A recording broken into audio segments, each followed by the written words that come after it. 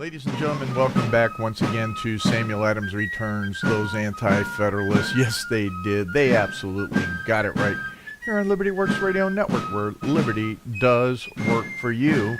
And this is all about Samuel Adams Returns, those anti-federalists. Boy, I already said that. They did. They got it right. And this is Tom Navolis, your host. And as I contemplate everything that has been going on, not just what's been going on in the national scene, but what's going on locally. What's happening in your local area? What's going on in your state? What's going on with the different political parties? Some of the things that we're seeing is extremely interesting. We're going to talk about a bit, is that the Republicans are absolutely taking, and the establishment swamp is making its push in every state in this country. I know here in Ohio that the Kasich communist, as I'm calling them anymore, because the Kasich, in my opinion, has taken and he's acting so contrary to any value system and a foundational value system that, the guy is no different than a communist democrat. All of the things that he's believing in, all of the things that he's talking about, all of the things that he's promoting are absolutely contrary to our foundational constitutional understanding of governance. And we're starting to see that here in the state of Ohio, that people are not given a fair opportunity to necessarily run in the statewide primary races. County level and some of the township levels, that's a non-issue. But when you have cabals coming into place, or seemingly, or the media is talking about it, so it's unverified to some degree, that when you have cabals of large counties trying to take and supplant the people that are within another county as far as, say, a state committee person, I find that a disaster for what liberty is supposed to be about, and even in a political party. Now, we understand that for the many, many years that the Republicans have become swamp creatures, no different than the Democrats are already taken over by the communists. So when you have a leadership under a John Kasich regime that is trying to even supplant a more liberty-minded person that's in charge of the Ohio State Republican Party, that's really dangerous. That's very, very dangerous. And one of the races in particular that I'm going to mention without mentioning a lot is that, well, actually there's several out there, where there are women running for statewide offices, and the party and the chairperson of the party said that they would not take and what do they call that when they they wouldn't take and choose sides one over the other. They wouldn't endorse one person or the other in the primaries, which that's pretty fair, because if you take and you throw the weight of the party in a primary, for some people that can't think for themselves, that becomes a turning point in how a race will go. So there's several races, especially several races that are women that are running for these offices. And guess what? The committee, the central committee, or the upper executive committee, decided to endorse, and the persons that they endorsed happen to be male. And they are Kasich cronies. So when you take and you start looking through what's happening in that whole process, one has to wonder, oh my goodness, what's happening in the state of Ohio? And as we look at, and as I've been learning since being in Ohio and trying to ascertain who are the real constitutionalists in the state, I'm finding out more and more that there are those that are individual loyalists, not even party loyalists, if you will, but individual loyalists, which means that they're loyal to Kasich and his cronies, his crowd, versus how they should be representing the people. So, for instance, we have a bill that's being fast-tracked right now that will consolidate education in such a form that it will take it out of the hands of the people and put it directly into the power only, totally, and solely of an appointed body by the governor. I don't understand why this is happening when this present governor, Kasich, is termed out. So in November, he will no longer have any authority to really, establish that body. But he's setting up, again, a process by which it removes accountability of the people. My goodness, this has happened all over. No different than, in some ways, the influences of what? The Department of Education in the federal level. And what it does is it pushes down into those state levels. And how does that money flow? It's always all about following the money and that sort of stuff. Well, remember that the Department of Education did not exist until Jimmy Carter. And the Department of Education became that child of the NEA, of the Union, of the National Education Association. So Jimmy Carter was just doing a payback, and now what we have, and I will always say, and I will continue to always say this until we fix it.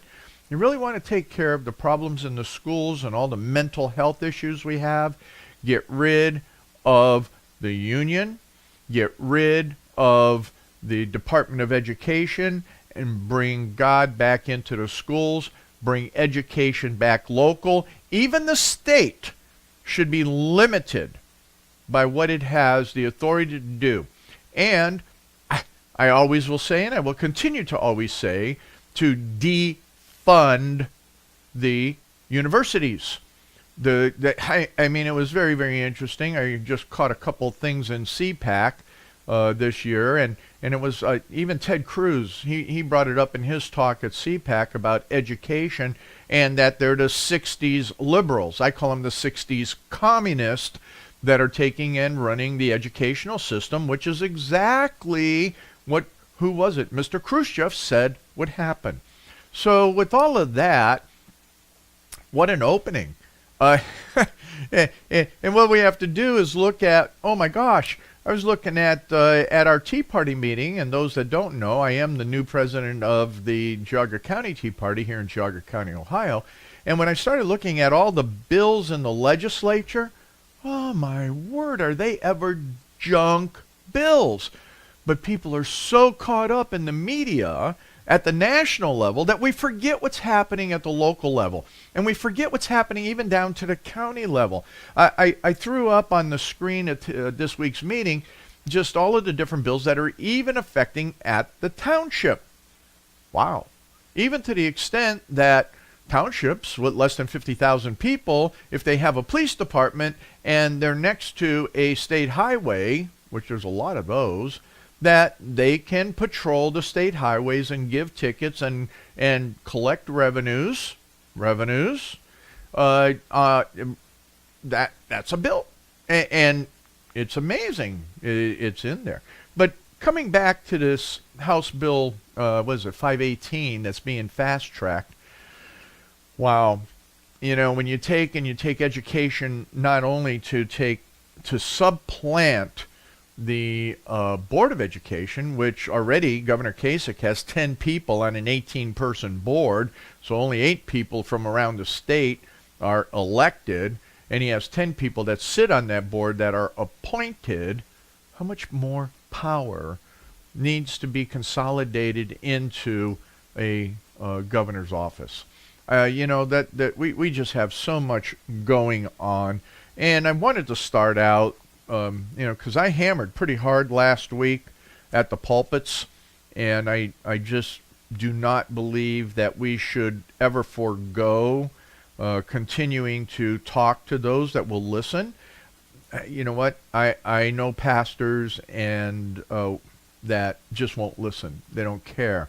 So one of the things that I thought I'd bring back up to you is, here's a interesting little book. I've mentioned it before. Let's see if I can bring it in a little bit. It's called What? They Preached Liberty. It's mostly from the ministers from New England at the time of the Revolution, or just about before that. I wanted to start with this one quote out of here, and it's talking about the divine source of liberty.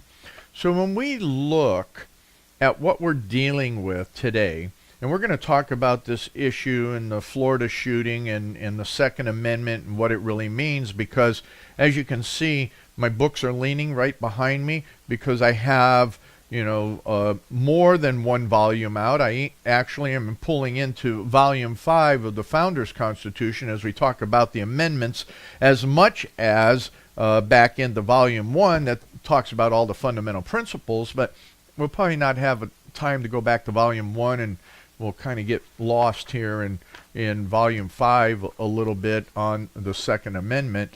But as I was looking at this and looking at what it meant for civil government and the divine source of liberty, it says civil government is not indeed so from God as to be expressly appointed by him in his word, much less is any particular form of it there delineated as a standing model for the nations of the world. Nor are there any peculiar or particular persons pointed out as having in a lineal descent an indefensible right to rule over others. But civil government may be said to be from God, as it is he who qualifies men for, and in his overruling providence raises them to places of authority and rule, especially and chiefly as civil government is founded in the very nature of man, as social beings, and in the nature and constitution of things. It is manifestly for the good of society. It is the dedicated of nature. It is the voice of reason, which may be said to be the voice of God. This was John Tucker in the Massachusetts election sermon in 1771. Now that was really interesting.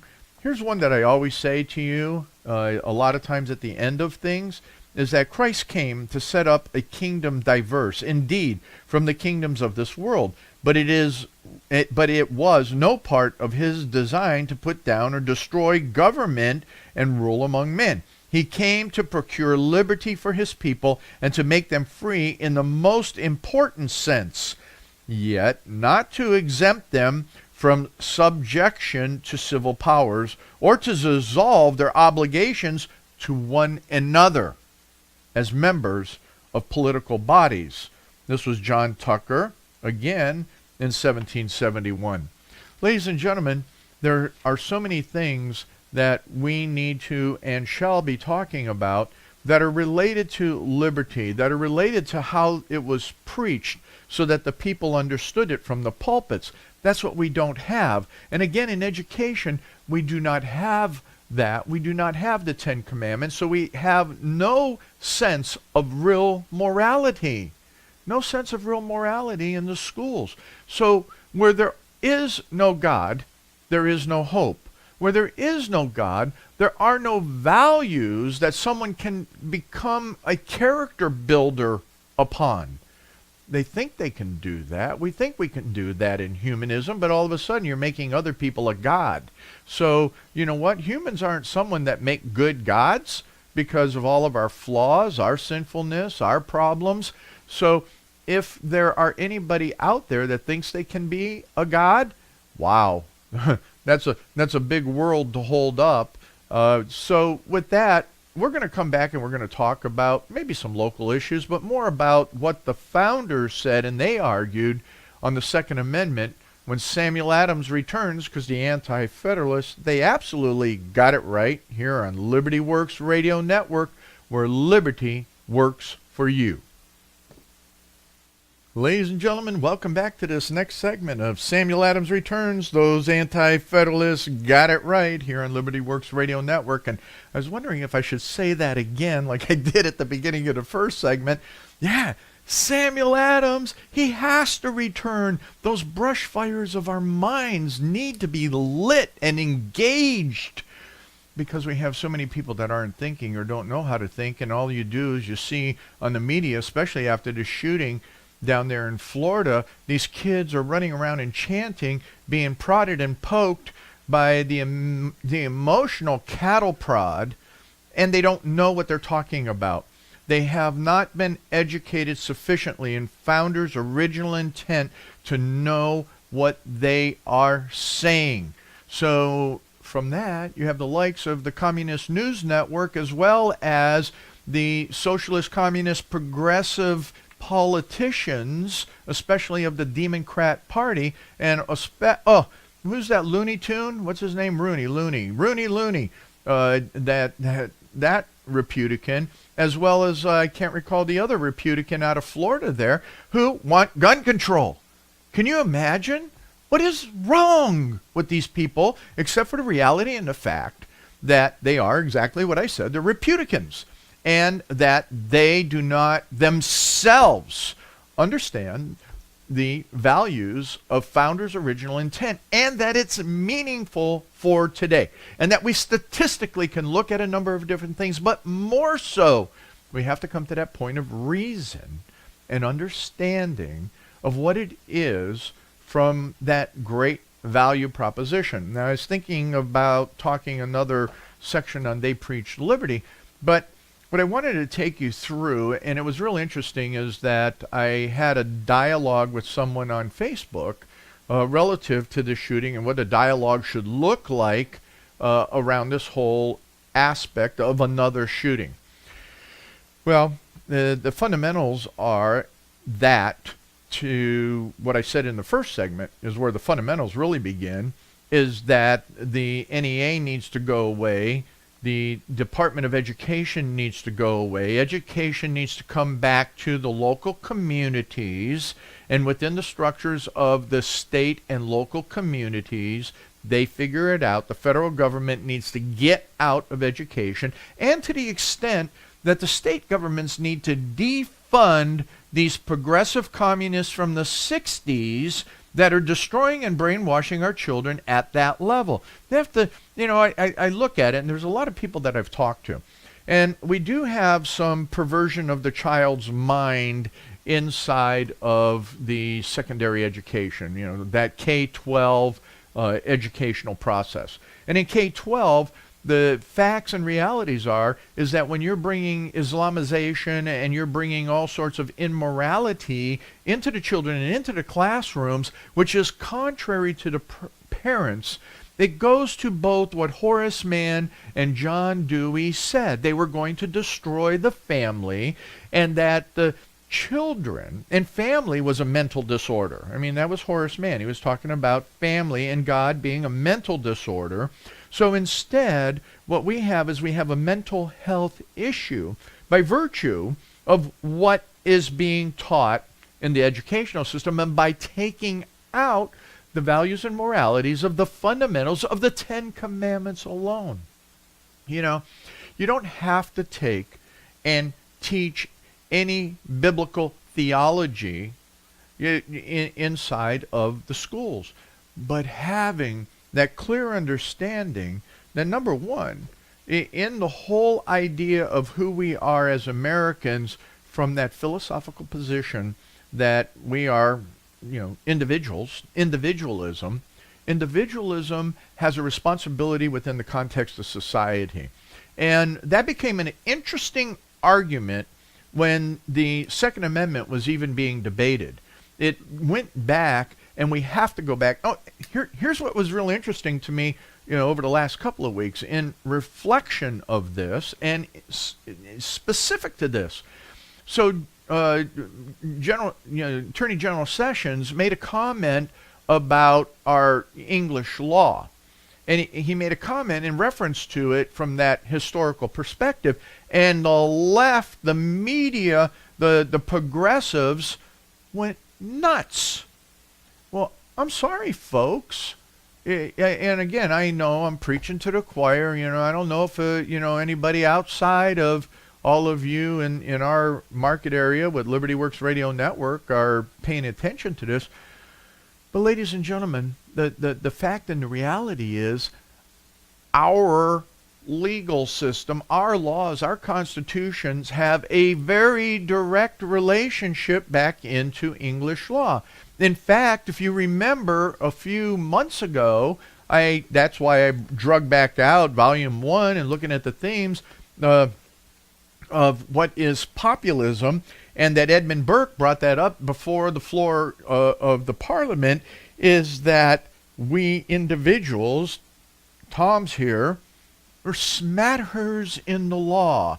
It was a known fact, and it was Edmund Burke that brought it out, that equal to or more copies of Blackstone were being printed in America than there were in England. More copies of Blackstone in America than there were in England. He said that it was almost like the people in America had two primary books in their homes. They had the Bible, first and foremost, and then they had Blackstone on the law.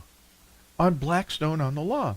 So when we start looking at that, and we take that back into the arguments and discussions of the Second Amendment, we're actually going to reference Blackstone, William Blackstone's commentaries, 1765, and this was all part of the process through which they argued during those time of the amendments.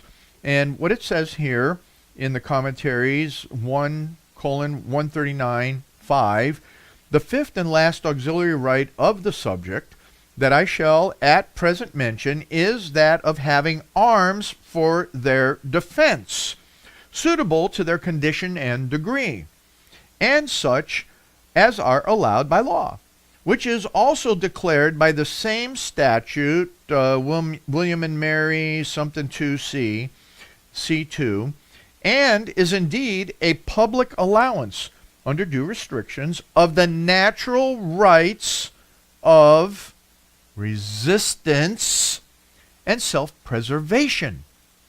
That's why you have arms.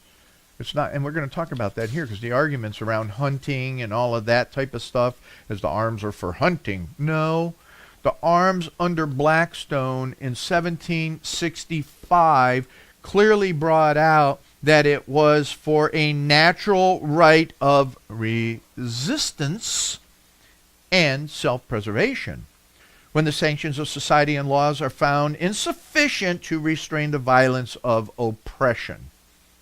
Wow. You got that? That's what the society itself. So the Pennsylvania Constitution of 1776 in the Declaration of Rights, Article 13, says that the people have a right to bear arms for the defense of themselves and the state, to defend the state as well. Okay? And as standing armies in the time of peace are dangerous to liberty.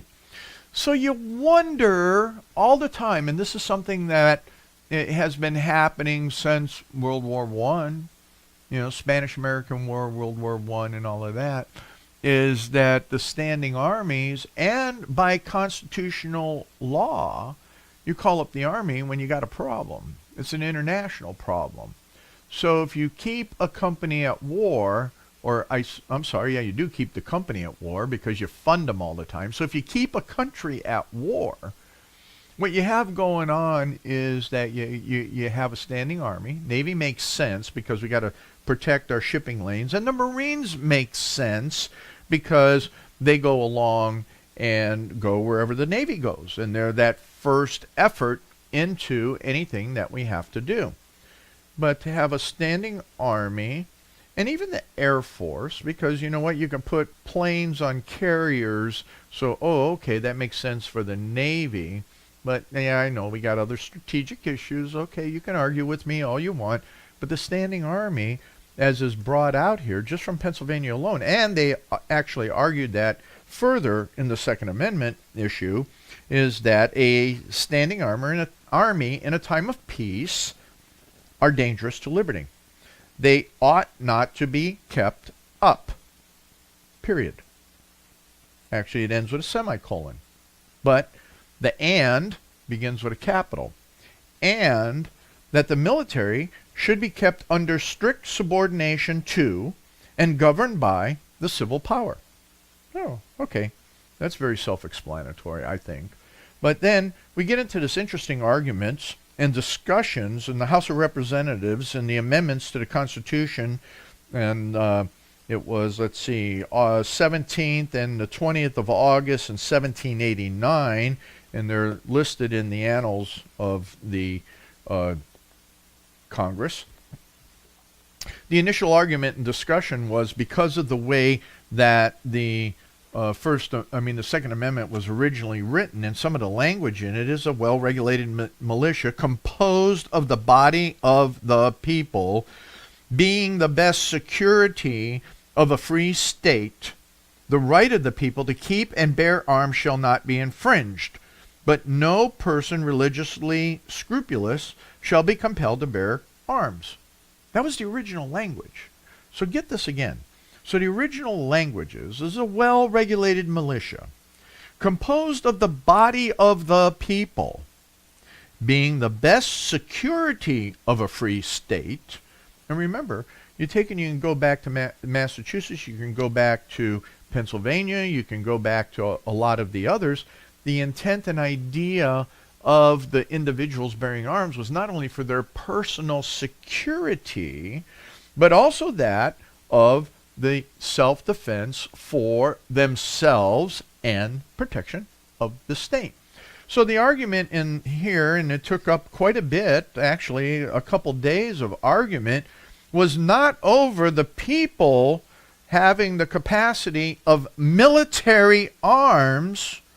It was about religiously scrupulous. And it was Mr. Jerry who brought it out. Well, what then would prevent the federal government to define who is religiously scrupulous and therefore they shouldn't bear arms? That was an interesting aspect to where the argument went. But in the whole context of the argument and the way that they changed and rewrote the language, they were able to amend that and take it out so that those that had a different conscience, especially it was the Quakers and the Mennonites of the day, that, if they didn't believe or want to participate in military service, they could not be compelled to do so. So that was the real contention there, was actually to allow some religious, going back to the First Amendment idea, to give people the right to say, you know what, that's against my conscience, so therefore I will not serve. And we still have that today, where many people can choose not to serve in the military because of conscience. And we're going to get into some more of this and into these continued discussions on what is about the Second Amendment. That becomes extremely interesting. But, we have to take and continue to look at the whole idea of the nature of tyranny. And it was preached about in the nature of tyranny.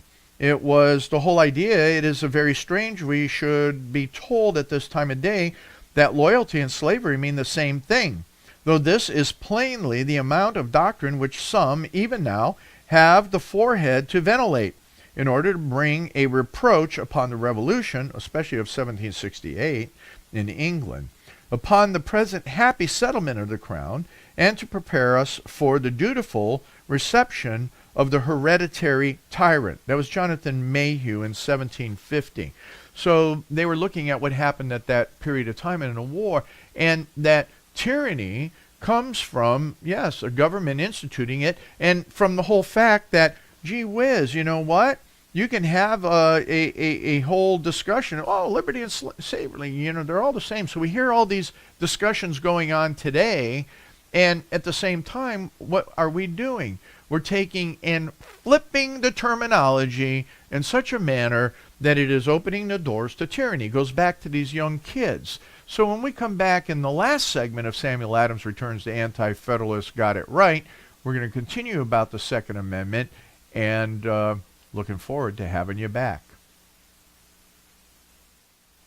Ladies and gentlemen, welcome back to this last segment of Samuel Adams Returns Those Anti-Federalists. They absolutely got it right here on Liberty Works Radio Network, where liberty does work for you. And I have to say, I'm learning how to control my voice a little bit differently because we brought in a new soundboard and a mixer, and we're getting ready to do interviews and do some of those Zoom type things where I may flip a computer screen around and be able to get the camera on that, or I'll use some other camera so we can take pictures of what's happening and, you know, make some real-time interesting stuff work for how the program functions. So it'll be a lot of fun to see what happens. But you know what I do want to bring up, because I didn't bring it up in the last segment, is take a time, please take the time to look not only at Liberty Works Radio Network, and because it's you, the listener, that funds it, you know, go hit that donate button, check out those other hosts and hostesses that are there, and again, the live programming. But I'm going to ask you, go to SamuelAdamsReturns.com and see what's happening there. We're trying to do some follow-through. We're trying to do a little bit more on the blog. We have the capacity for you to pre-order the new book. We've come up, finally, it's been an interesting ride on that, with the title. What a work. You know, there's something that I was reading in my friend that just sent me one of the books that he wrote, and we're going to have John Trudell on the program in April. So that's one of the reasons I want to get this technology working, because we're going to interview him in April, and that'll be a lot of fun. But with his new book out, we were looking at, and Kathy and I were kind of going through, and the statement by Hemingway is that, you know, a book is a work that you can continue forever. I'm paraphrasing. But at some point in time, you have to release it. So that's kind of where I am at with this new book. And the new book is being titled, for sure, is From Covenant to the Present Constitution Workbook.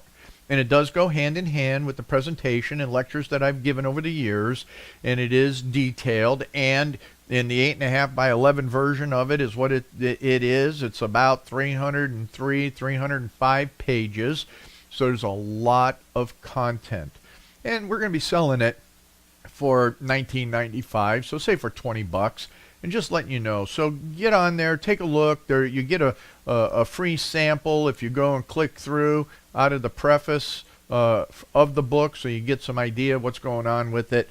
But with that, when we talk about covenant to the present Constitution, one of the things that I want to bring out to you, once again, from They Preached Liberty, is a follow-up on the whole idea of the nature of tyranny.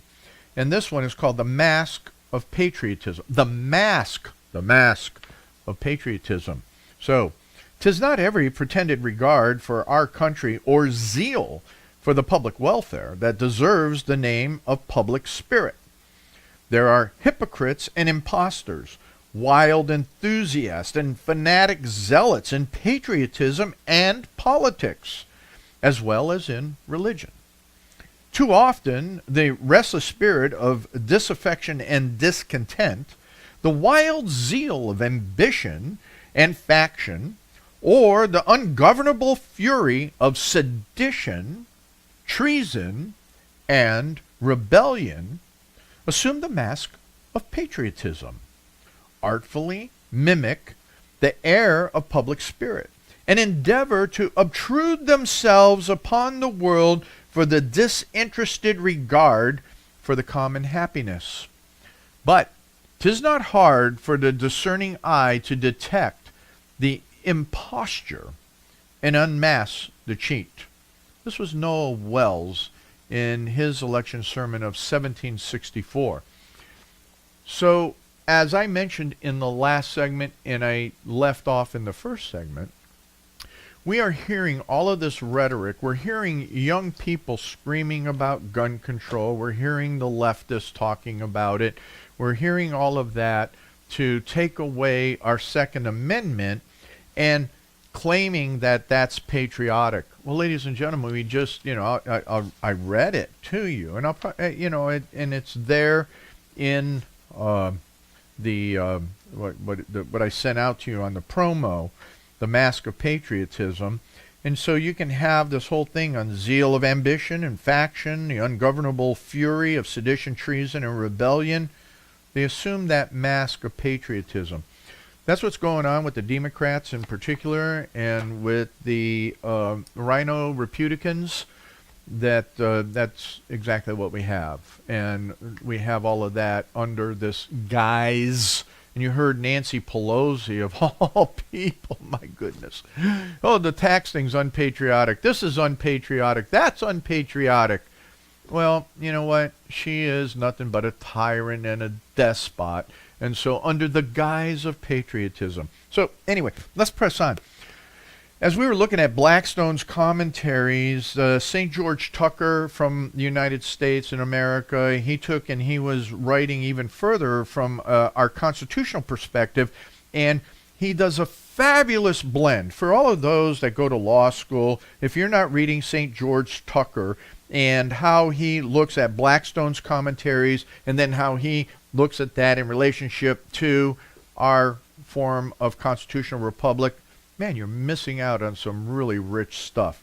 So anyway, 1803, this is what he said. This may be considered as the true palladium of liberty. Wow. The right of self-defense is the first law of nature. In most governments, it has been the study of rulers to confine this right within the narrow limits as possible. Wherever standing armies are kept up, the right of the people to keep and bear arms is, under any color or pretext whatsoever, prohibited. Liberty, if not already annihilated, is on the brink of destruction. In England, the people have been disarmed, generally under the specious pretext of preserving the game, a never-failing lure to bring over the landed aristocracy to support any measure under that mask, though calculated for very different purpose. True it is, their Bill of Rights seems at first view to counteract this policy.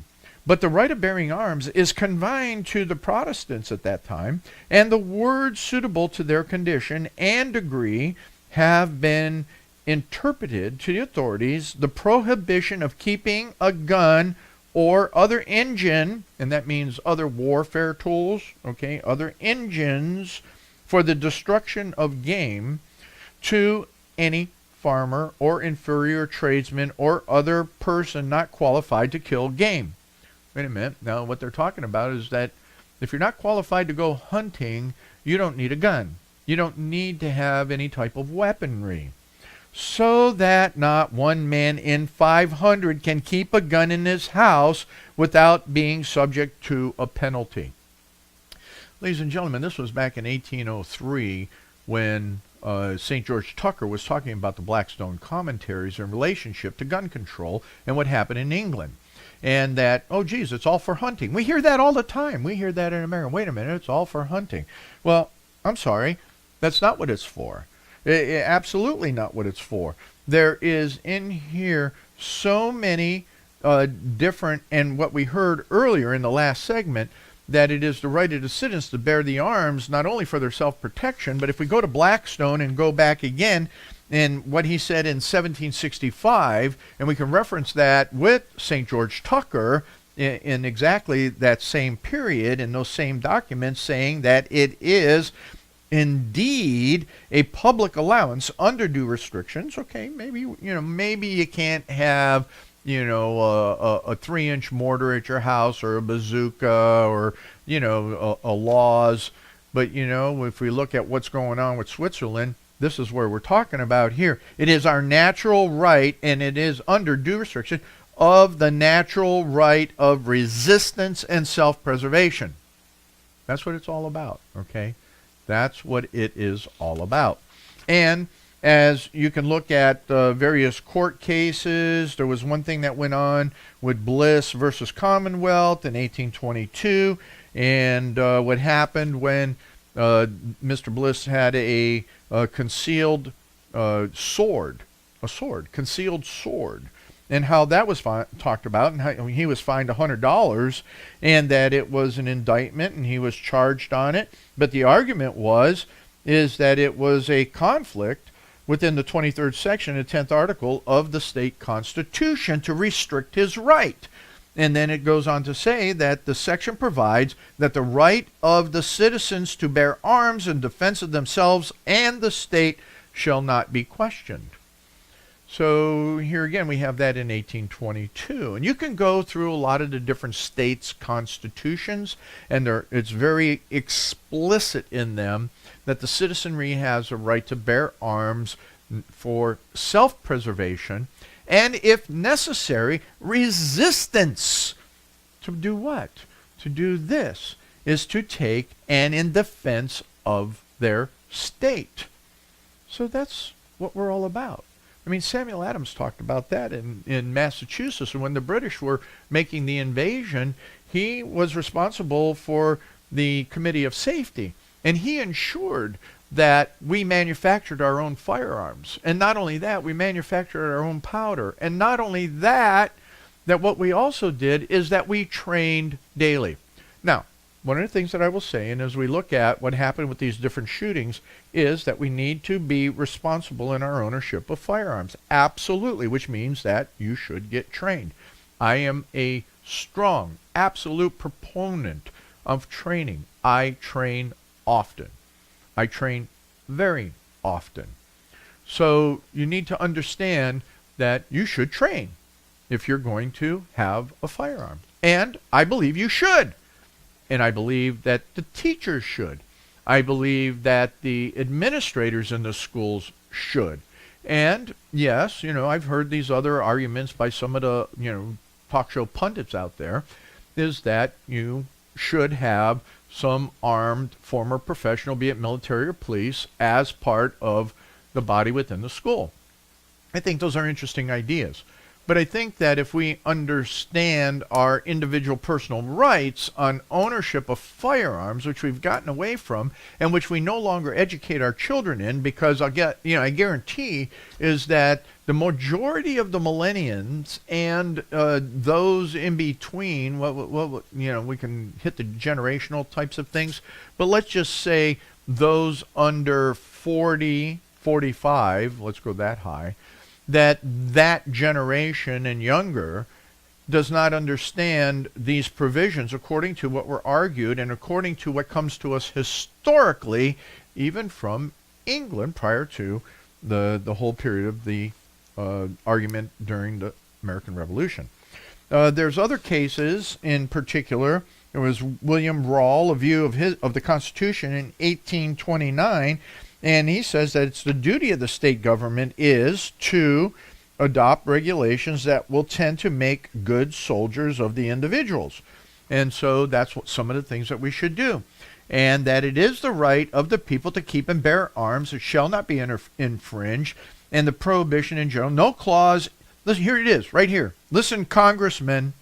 No clause in the Constitution could, by any rule of construction, be conceived to give the Congress a power to disarm the people. All right? I'm going to have to leave it there because we're running out of time. So if we really looked at a strict constructionist perspective, Congress has no right whatsoever to talk about disarming us. It is all emotional lip flap. All right? And so you need to understand what the truth is around the Second Amendment. You need to understand what the truth is around why you keep and bear arms, is so that if you have to, we can resist tyranny.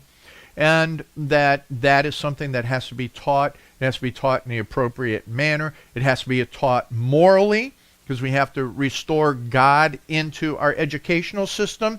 We have to restore God in government. because in here there's a section, and as I talked about last week, is that when the pulpit doesn't teach and God leaves the press and he leaves governance, you know what, pulpit? It is your fault. I think Charles Finney absolutely got that right. And so as we look here at leaving again today at the end of Samuel Adams Returns, those anti-federalists, they got it right here on Liberty Works Radio Network. I look forward to having you join me again next week.